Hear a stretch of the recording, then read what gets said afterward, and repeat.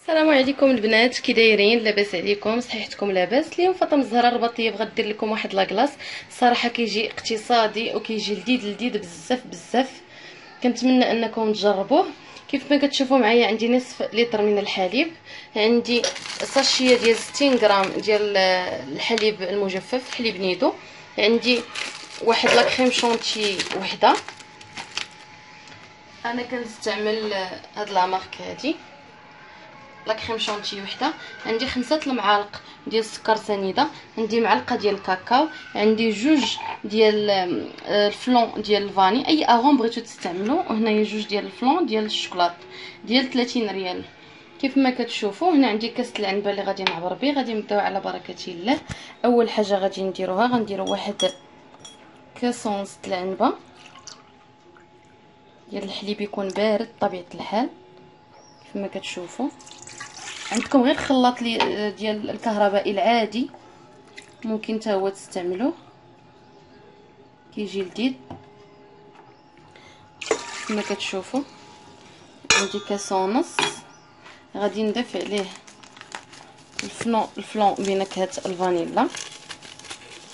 كما كتشوفوا الصراحه راه كيجي لذيذ بزاف، ما غاديش تستغناو عليه، كيخرج كميه مهمه. كما كتشوفوا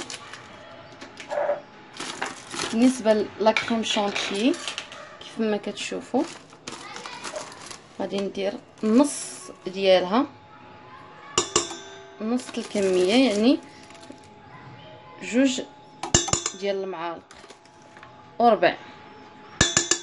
بالنسبه للحليب المجفف غندير ملعقه الاولى، غنزيد ملعقه الثانيه، غنضيف الملعقه الثالثه. كيف ما كتشوفوا بالنسبه للسكر سنيده الملعقه الاولى، السكر حسب الذوق، الثانيه،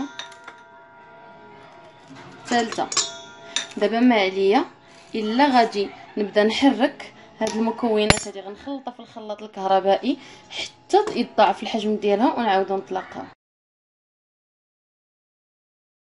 كما كتشوفوا البنات هكا تيصبح القوام ديالو. دابا ما عليا الا غادي نديرو في واحد البواطه باش ندير الطبقه الثانيه ونعاودو نطلقها.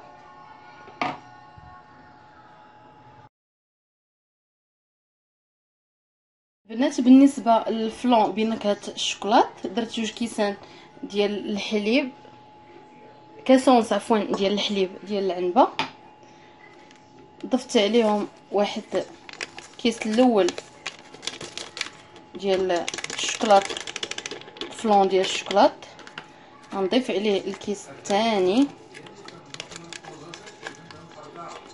ديال الفلون. كما كتشوفوا على هذه الطريقه كنصور غير بوحدي داكشي علاش. غادي نضيف عليه دوك 3 المعالق ديال السكر سنيده، غنضيف عليه 3 المعالق ديال الحليب بودره اللي بقاو، وغادي نضيف واحد ملعقه ديال الكاكاو، غادي نغربلها.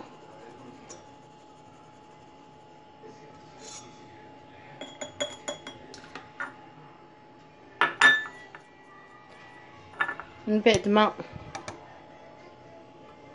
كملت هاد المكونات غادي نضيف ما تبقى من لا كريم شونتيي، جوج معلقات ونص اللي بقاو.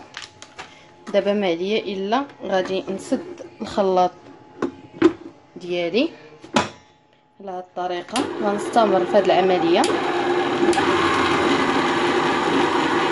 كما كتشوفوا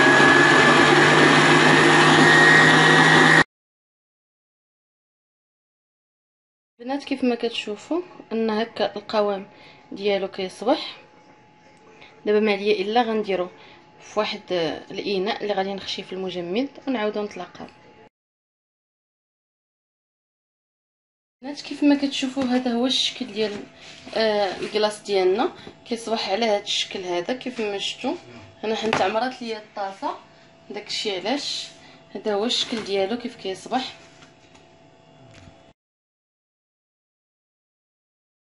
كما كتشوفوا معايا البنات، هذا هو الشكل ديال الكلاص ديالنا، كيجي على هذه الطريقه هذه.